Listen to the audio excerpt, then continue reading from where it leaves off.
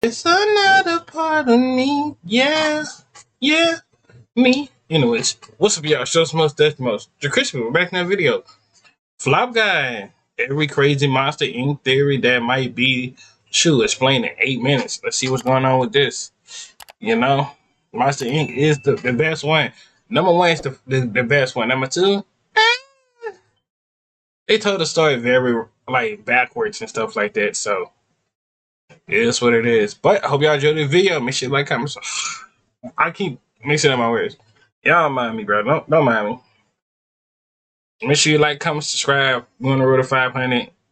And let's get on to the video. Boo was in Toy Story 4. The theory comes from a scene where viewers spotted a little girl who looks strangely similar to Boo from Monsters Inc. She has the same kind of pigtails, a similar round face, and even a color scheme that feels close to Boo's original look. And because Pixar loves hiding Easter eggs across their movies, fans immediately started asking, what if this isn't just a random kid? What if Boo actually grew up in the same universe as Woody, Buzz, and the rest of the toys? Now, to be fair, there's no official confirmation that this girl is Boo. The theory mostly survives on visual similarities, the hairstyle, the outfit colors, and the fact that Pixar has a long history of sneaking in references to their other movies. But that's also what makes it believable enough to be fun. Pixar doesn't usually place background characters by accident, and when a character looks this close to one of their most beloved kids, fans are obviously going to connect the dots. So is Boo really in Toy Story 4? Probably not in a confirmed canon way, but as a hidden Ain't they said that they Boo look like that little girl? It's that little old lady off of Brave. If I'm not like, ain't that was one of the theories though? Because they got a Scotia or Sally or something like that. visual Easter egg, it's totally possible. And if it is her, it would mean Boo didn't just exist in the world of monsters, she might have also lived in the same world where toys secretly come to life. Toys are alive in Monsters Inc. This theory basically says that Monsters Inc. and Toy Story don't just share Easter eggs, they might actually share the same rules, meaning the toys inside Monsters Inc. could be alive too. The first clue comes from the simulation room, where a monster is training inside a fake child's bedroom. At first, the middle of the room looks mostly clear, but as the scene goes on, random toys like a soccer ball, jacks, and even a skateboard somehow end up in the monster's path. Sure, you could call this an animation mistake, but there are enough small changes that fans started wondering if the toys were moving on purpose. And if you look at it through Toy Story logic, it actually makes sense. Toys are extremely loyal to their kids. So if monsters are sneaking into bedrooms at night, maybe the toys can't fully expose themselves, but they can still help in small ways, like moving a skateboard into the perfect spot to trip someone. Then there's Boo's room, which makes the theory even stronger. Her toys seem to shift around between scenes, and at one point, a Jessie doll appears. That detail matters because Jessie is obviously from Toy Story. It could just be a regular doll sold in stores, or it could be another living Jessie toy. Either way, the existence of that doll connects both worlds. So the theory isn't that the toys are secret. I thought Toy Story and Monster Inc. actually was connected and they were living in one big world. I'm not gonna hold you. They just didn't confirm it yet. That's what I thought. I was little though.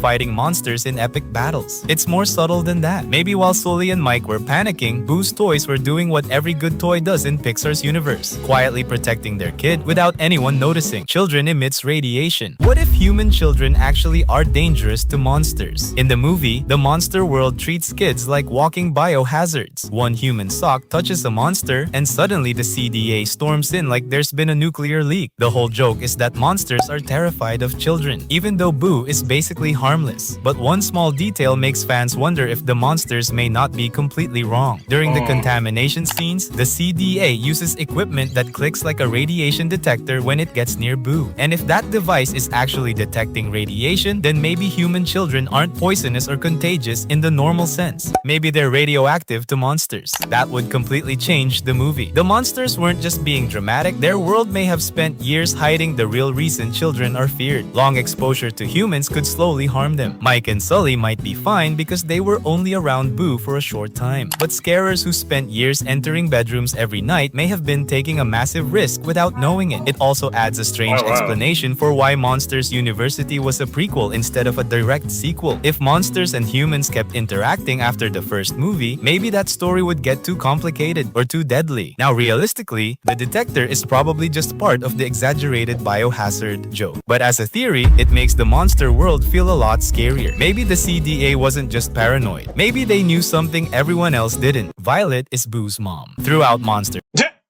Nah, come on now. Who thought about that? Ain't no way, son. We ain't even get to the point of Violet being an adult yet. She was still a teenager.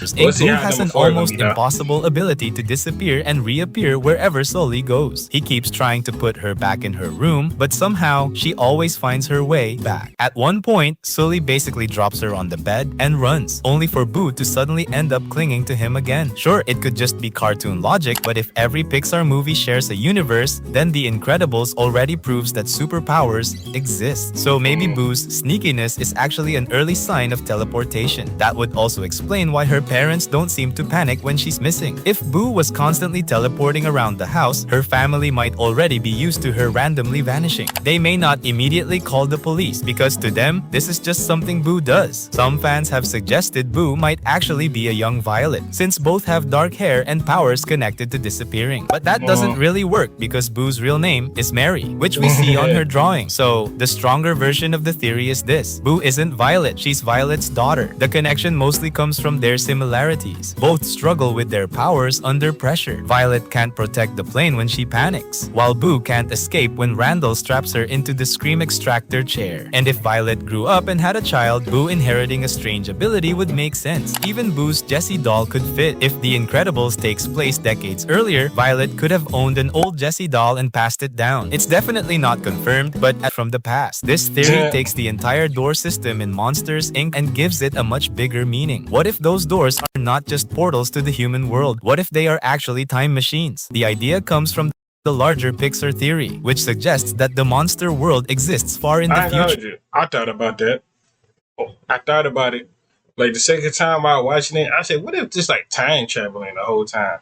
'Cause you know how they got in there like their froze land and it was like frozen, and then they went to that Miranda got spotted by that little thing and they thought he was an alligator. The whole time he was a lizard. Or what's it called? Or they went to that one house at the end when Michael Jackson was doing that little funny thing with that black kid, was telling the jokes to the black kid and stuff like that.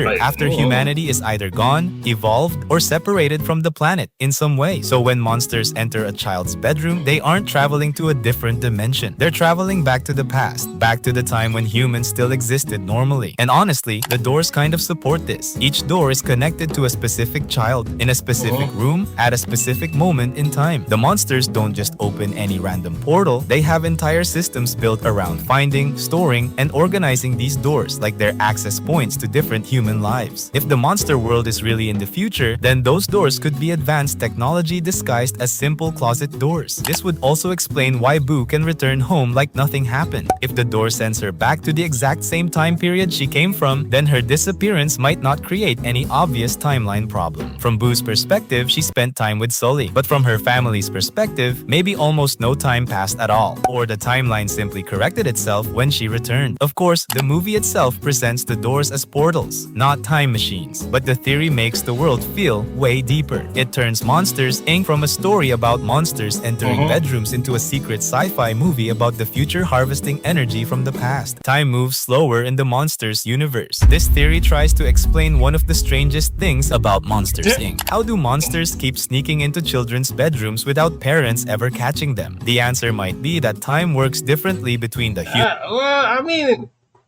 they do come at nighttime. They only come at night. I don't see them come out throughout the day though. I see like nighttime. That's when the monsters come out. Human world and the monster world. Maybe when a monster walks through a door, they're not just crossing into another room, they're crossing into a place where time moves at a different speed. From the monster's perspective, the whole scare might take a few minutes. But from the human world's perspective, it could happen in a much shorter window, almost too fast for parents to notice. This would make the door system even more powerful than it looks. It's not just a portal machine, it may also control time. The theory also points to Boo herself. By the end of the movie, some fans think Boo's voice sounds a little more mature than it did at the beginning. I ain't lying to you. The end of this this is the saddest part, bro. When they said she was like, Kitty. Yeah. Kitty gotta go away. Kitty. Yeah. Kitty love you too. And then they play that song that I'm like, golly, that had me emotional every time. It get me emotional every time, bro. And when Sully finally rebuilds her door and opens it, the movie doesn't show us what Boo looks like. We only hear her voice. Sully also reacts emotionally, almost like seeing her again hits harder than expected. Maybe for him, not much time has passed, but for Boo, more time may have gone by. Now this could simply be a creative choice. The ending hides Boo's face because the emotional focus is on Sully. But as a theory, it fits nicely with the bigger idea that the monster doors don't follow normal rules. Maybe monsters aren't just entering kids' bedrooms. Maybe they're slipping through time itself, which is why they always manage to disappear before the adults arrive. That's 8 minutes. Thank you for watching. Like the video. Hey, if y'all want more videos like this, let me know down below. See y'all when I see y'all. Love y'all to the bottom of my heart. We're on the road to 500, and I'm out.